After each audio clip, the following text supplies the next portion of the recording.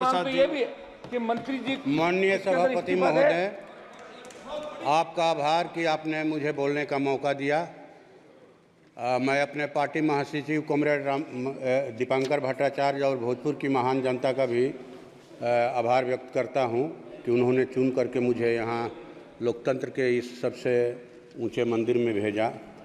महोदय, मैं धनबाद प्रस्ताव के खिलाफ में बोलने के लिए खड़ा हुआ हूं। सब लोग जान रहे हैं कि इस देश में खेती घाटे में जा रही है। बढ़ते महंगाई के कारण, लागत सामग्रियों के कारण खेती में किसानों को घाटा हो रहा है और जिन भूधारी किसानों के पास या भूस्वामियों के पास रोजगार का दूसरा विकल्प है, वो खेती नहीं करना चाहते, वो अपनी खेती बटाई पर लगा रहे हैं, मनी पर दे रहे हैं, पट्टे पर दे रहे हैं।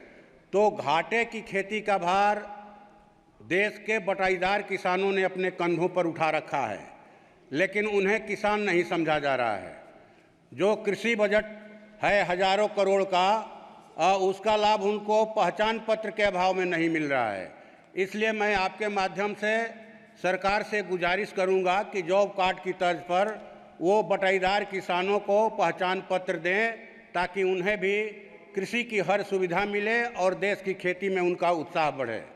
दूसरी बात कि हम लोग देख रहे हैं कि नोटबंदी के समय से नोटबंदी और जीएसटी और जो तीन बार लॉकडाउन लगा कोरोना काल में, और अभी जो एक ऑनलाइन व्यापार आ गया है, इससे देश के जो खुदरा व्यापारी हैं, चाहे वो फुटपाथी दुकानदार हों, छोटे मझोले व्यवसायी हों, सबका व्यापार पटरी से उतर गया है।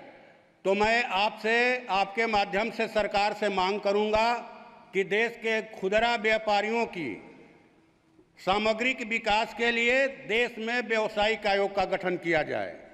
तीसरी बात महोदय, कि अभी त्वरित न्याय और अपराध नियंत्रण के नाम पर जो 3 फौजदारी कानून बनाए गए हैं, मैं समझता हूं कि देश के संविधान में जो भारत के नागरिकों को अभिव्यक्ति की आज़ादी का अधिकार दिया गया है, ये उसका सीधा सीधी उल्लंघन है।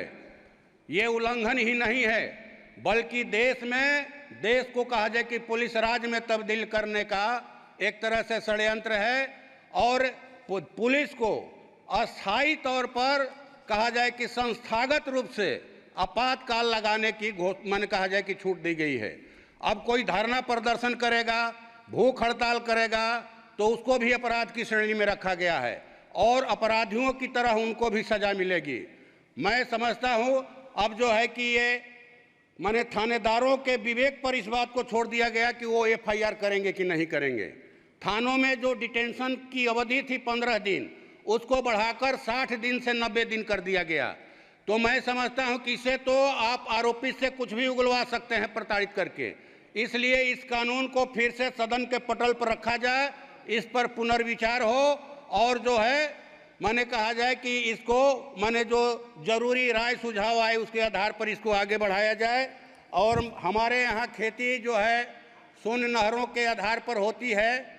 जिले के दक्षिणी इलाके में सोन नहरें हैं जो करीब 150 साल पुरानी हो गई हैं। उन नहरों का पक्कीकरण करवाया जाए और बिहार, झारखंड और उत्तर प्रदेश सरकारों के बीच में हमारे यहाँ सोन नदी में कदवन जलाशय अटका हुआ है। इसके लिए सरकार पहल करके उस कदवन जलाशय योजना को पूरा कराए। हमारे यहाँ जिले के दक्षिण उत्तरी इलाके में सर गंगा नदी है। गंगा नदी के किनारे जो गांव बसे हैं, हर हमेशा उनमें कटाव होता है। तो कटाव के रोकथाम के लिए ठोकर बांध का निर्माण किया जाए और भयानक आगलगी होती है। पंचायत लेवल पर फायर ब्रिगेड गाड़ियों का इंतजाम किया जाए। मैं आपके माध्यम से सरकार से ये मांग करता हूं। और जो है आपको ये जो सहारा इंडिया में हमारे यहाँ तो सर जी आप बस खत्म कर रहे हैं सर। सहारा इंडिया में गरीबों का भारी पैसा फंसा हुआ, लोग अपने बच्चों के भविष्य के लिए, शादी ब्याह के लिए, और हमारे माननीय गृह मंत्री जी ने भी आश्वासन दिया था कि हम पैसा दिलवाएंगे। तो सहारा इंडिया में जिन निवेशकों का पैसा फंसा है उसको सर वापस दिलवाया जाए। गरीब बेसब्री से इंतजार कर रहे हैं। आपका बहुत बहुत धन्यवाद, आपने बोलने का मौका दिया। Thank you.